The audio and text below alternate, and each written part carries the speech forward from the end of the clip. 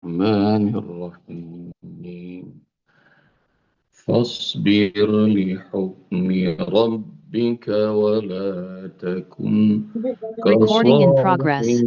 الحوت إذ نادى وهو مكظوم لولا أن تداركه نعمة من ربه لنبذ بالعراء وهو مذموم فاجتباه ربه فجعله من الصالحين. اللهم ارحمنا بالقرآن. Fasbir, bersabarlah engkau Muhammad di hukmi Rabbika, terhadap ketetapan hukum dari Rabbmu. Wala takun ka sahibil hud, dan jangan kau ulangi kekeliruan, kesalahan yang pernah dilakukan oleh manusia yang pernah ditelan oleh paus, yaitu Yunus bin Matta alaihissalam. Ibnada, ketika dia menyadari dia sudah ditelan paus, berada di dalam perutnya paus. Wa huwa magzum, dan dia sedih, kalut, panik.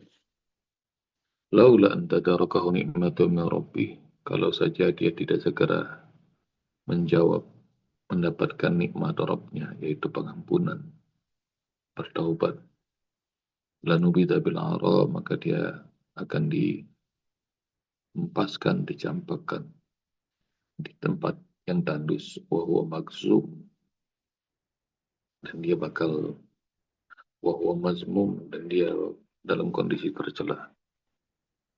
Fajtabahu rabbuhu, tapi karena taubatnya, maka Allah Subhanahu wa taala milih Yunus alaihissalam.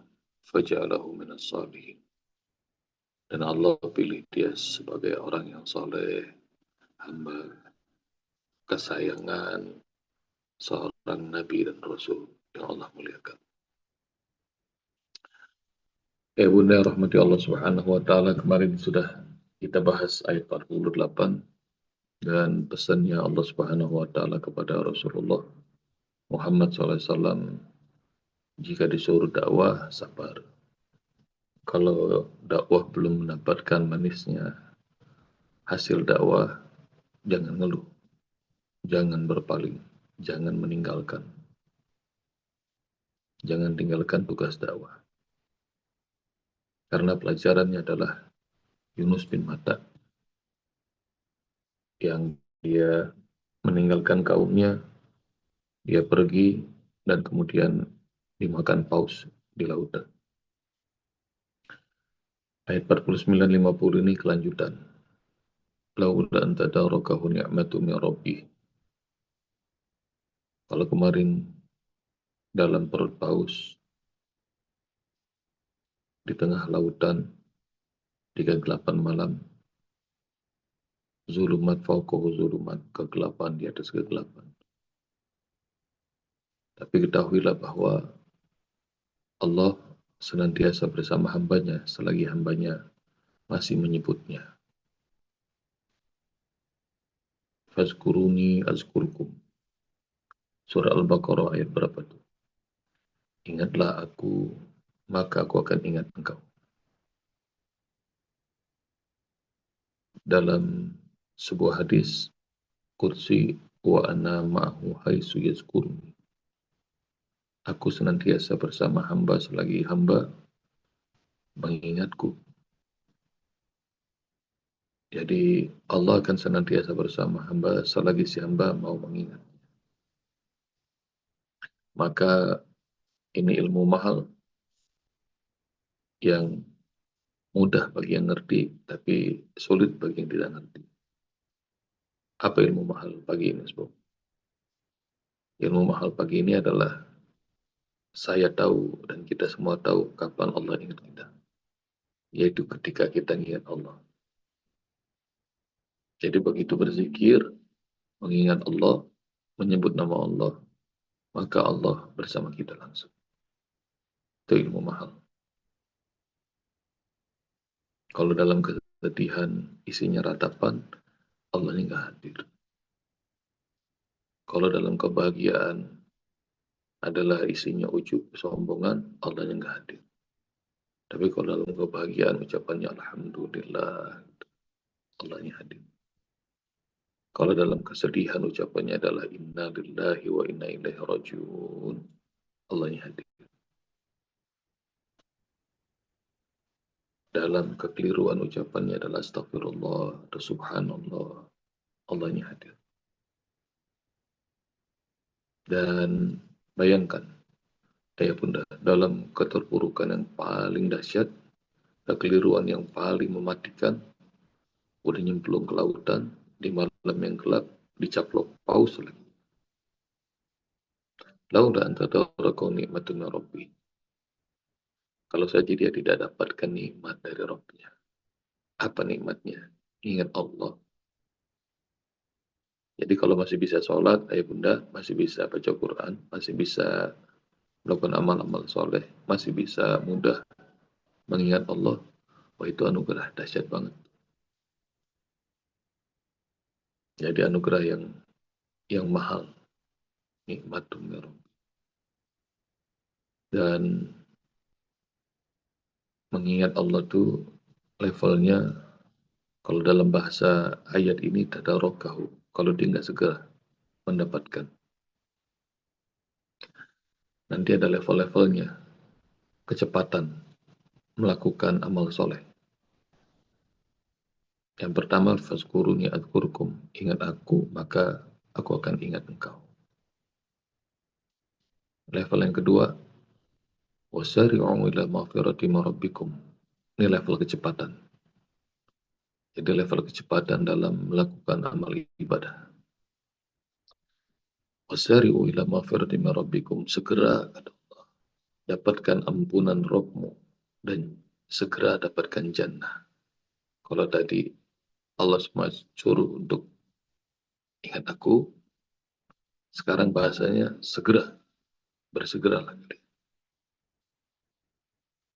Level yang tertinggi dalam kecepatan memenuhi panggilan Allah adalah lari, berlari. Dalam surah Az-Zariyat ayat 50-an, ayat bunda nanti bakal dapatin tuh ayatnya. Fafirru ilallah, inni lakum minhu nadhirum mubin. Maka berlarilah kalian menuju Allah.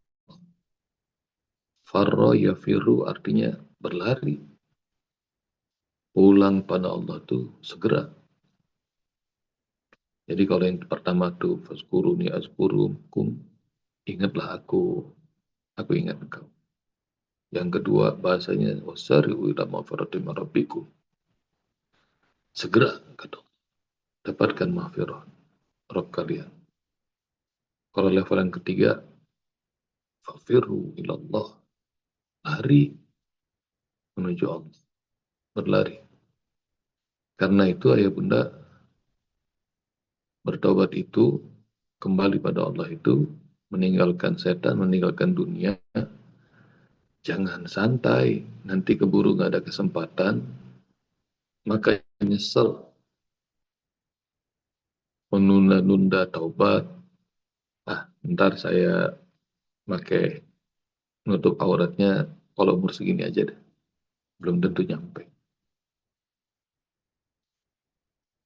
Nanti sholatnya jam segini aja. Belum tentu nyampe. Segera. Dan bahasa Allah di ayat 49 ini, laula tadarakahu ni'matu min rabbi. Udah dalam perutnya paus, di dalam lautan, di gelap malam, pokoknya gelap, udah gak ada harapan. Tapi ayo segera dapatkan nikmat Rabbmu. Apa itu? Bertobat, bertasbih, berzikir, mengingat Allah.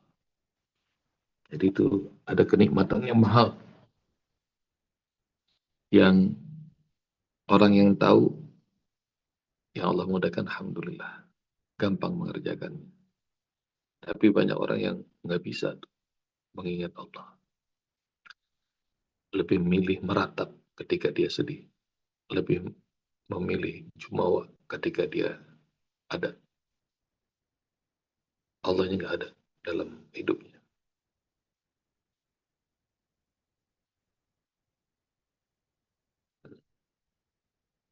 Pelajaran yang selanjutnya,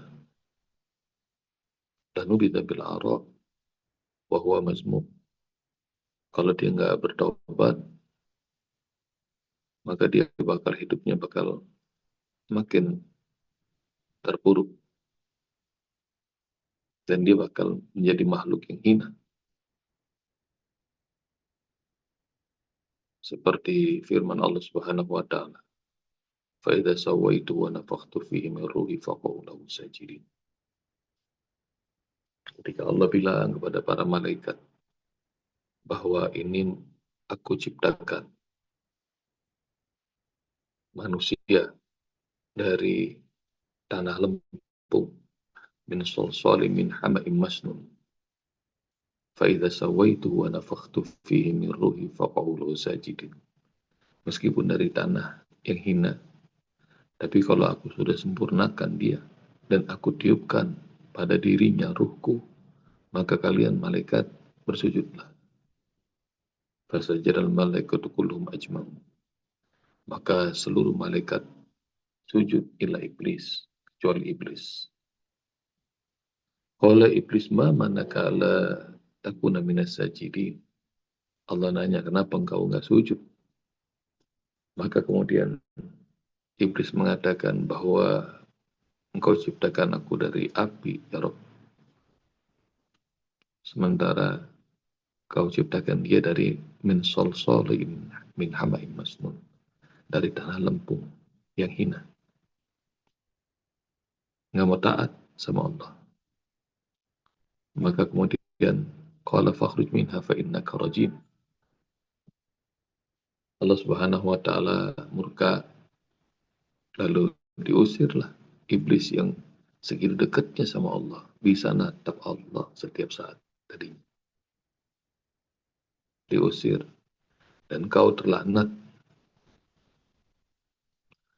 Kalau Rabbi anzirni ila yaumi yub'atsun.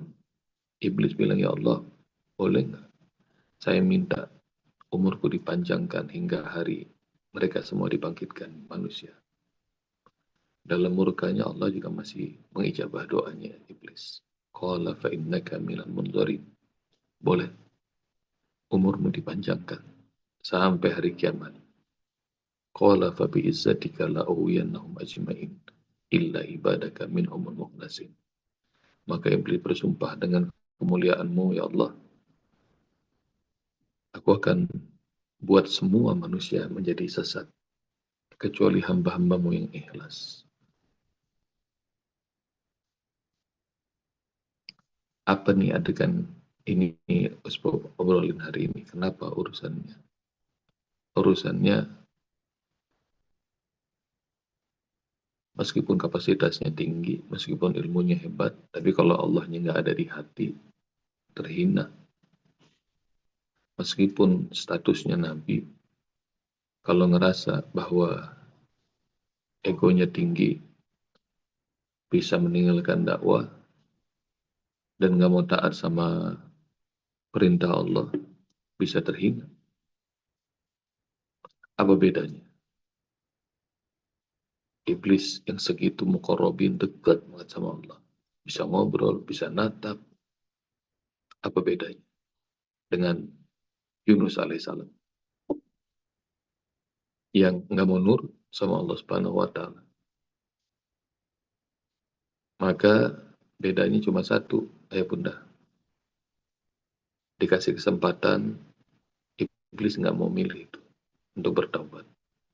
Tapi Yunus alaihissalam dia pilih. Kalau enggak, maka sama seperti iblis, Allah usir dari rahmatnya. Itu dia. Yunus pun juga hampir terusir. Lanubita bil ara wa huwa madmum. Dia bakal dicampakkan dan dia bakal terhina. Ayah bunda, mungkin pernah terjadi sama kita. yang pintar, yang hebat, yang serba bisa. Atau ayah bunda bakal pernah lihat ada orang yang mulia, yang hebat, yang pintar, yang kita kagumi, tapi terpuruk kayak nggak ada otaknya, kayak nggak bisa mikir. Pernah terjadi nggak tuh? Pernah dapetin nggak dalam hidup? Apakah diri kita atau orang yang kita kagumi? Punya masalah kayak bingung, nggak bisa keluar dari masalahnya.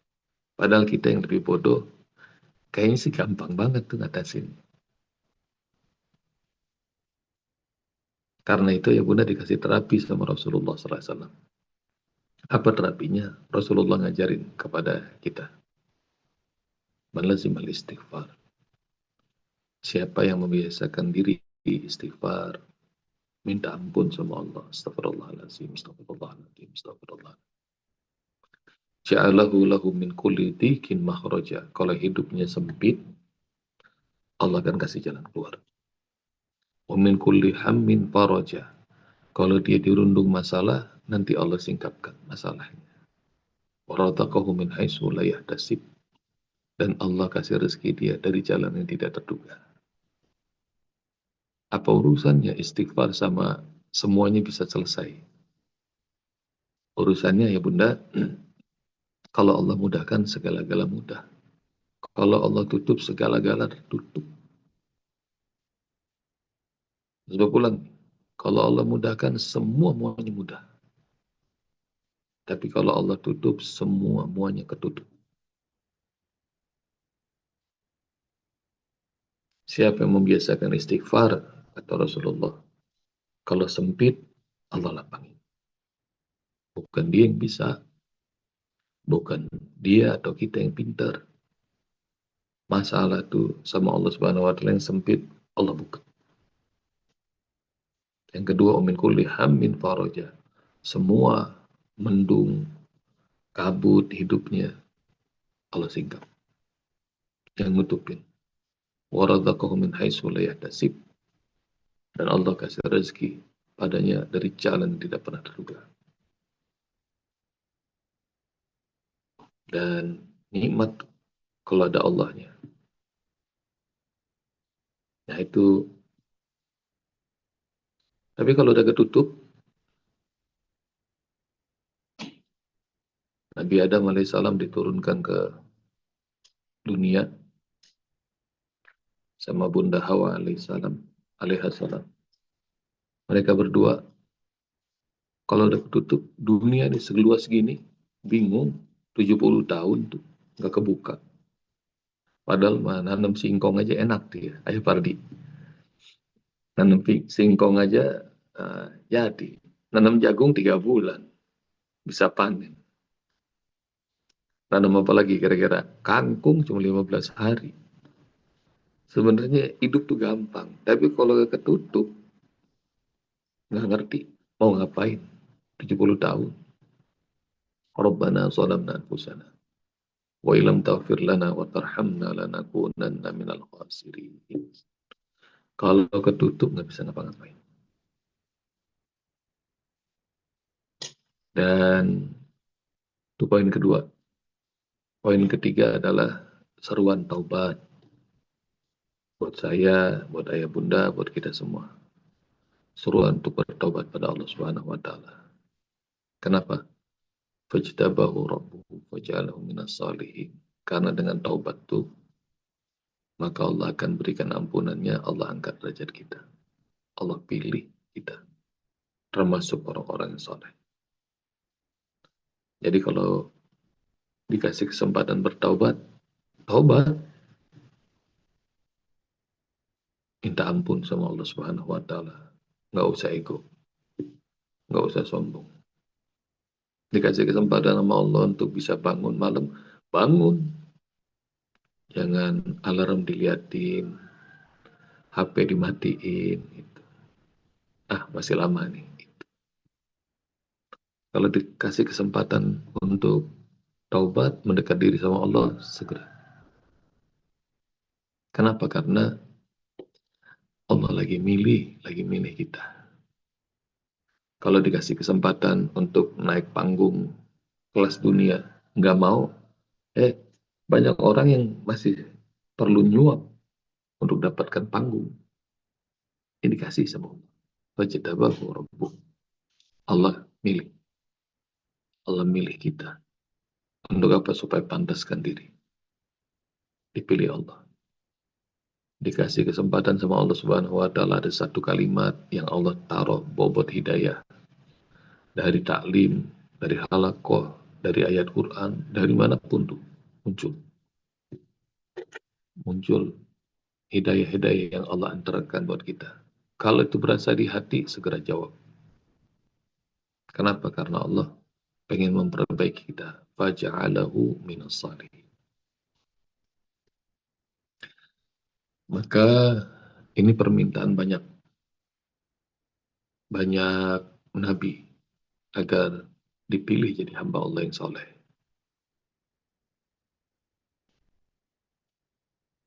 Ibrahim alaihissalam, doanya Rabbi habli minas salihin.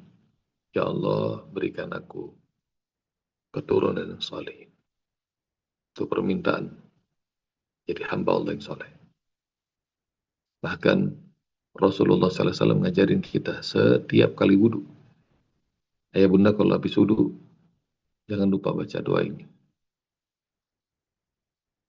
Ujungnya itu, Allahumma ja'alni minat tawabin, wa ja'alni minal mutatahirin, wa ja'alni min ibadika salihin.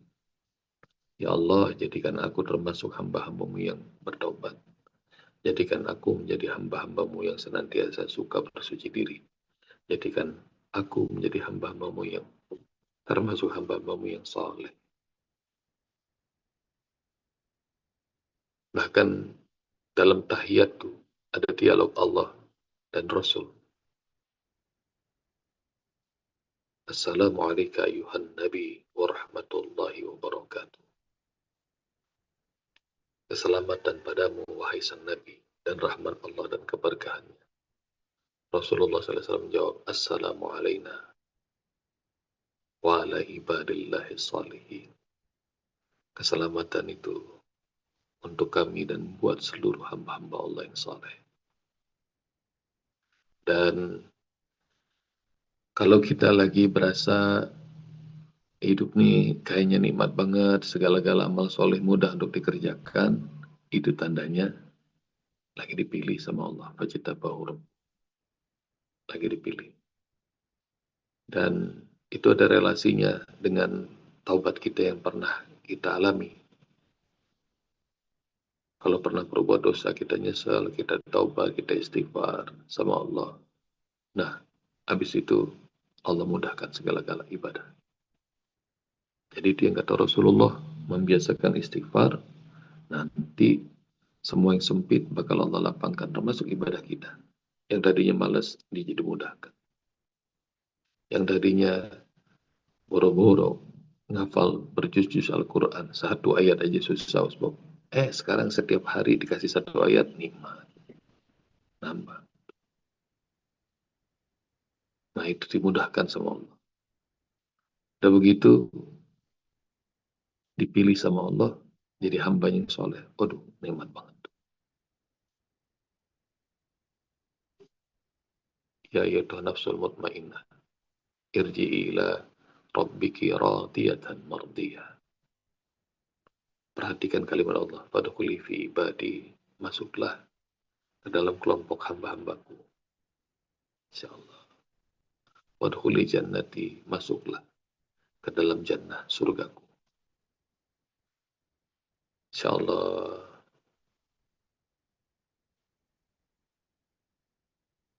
Gak usah ketemu Allah. Seorang jemaah cerita ke saya. Datang ke majelis waliullah. Orang yang soleh banget. Dia diajak sama temennya. Tapi begitu lagi di majelis itu, ini waliullah nih ngeliatin mulu. Padahal itu baru sekali jemaah ini datang. Taklimnya selesai, semua orang salaman. Begitu salaman, jalan tuh ngantri Karena dia baru sekali datang ke taklim itu. Baru sekali. Siapa dia? Ulama bukan, ustaz bukan, kiai bukan. Jemaah umum biasa. Tapi matanya wali Allah tuh ngeliatin mulu. Begitu ngedekat, maka kemudian salaman, cium tangan, terus wali Allah itu ini nih, cium pipinya, pipi kanan, pipi kiri. Di telinganya dia ngomong begini. Insya Allah kita saudara ya, dunia akhirat. Gitu. Yang ngomong tuh wali Allah itu, ini kepada jemaah yang baru sekali ngaji. Terus duduk sini, berdiri sini di samping saya, berdiri di sini samping saya, kata wali Allah itu. Masya Allah, hatinya kira. Di majelis semua orang natap. Itu siapa di samping sang wali itu? Orang baru, bukan ulama, bukan kiai, bukan ustadz. Dan Masya Allah, itu jemaah baru sekali dimuliakan sama waliullah, jadi dia girang, dia cerita kemana-mana, termasuk cerita ke saya. Ayah bunda pernah dapetin kemuliaan kayak gini nggak? Siapa saya ya? Gitu. Ibadahnya biasa-biasa, ilmunya biasa-biasa. Tapi ketemu orang soleh, ketemu orang soleha, kayaknya dia senang banget kita datang. Meski nggak kenal, kayak udah kenal lama banget. Akrab diri, terus dia bilang, kita saudara nih, dunia akhirat. Masya Allah, itu nikmat banget. Kalau digitu nama orang soleh aja, itu orang cerita ke saya girang banget. Apalagi kalau Allah yang milih. Fajtabahu rabbuh. Sini, kata Allah. Ketika dia memilih, berdirinya di samping saya aja ya. Masya Allah, seluruh mata bakal natap tuh. Masya Allah, siapa dia itu? Faja'alahu minas salihin.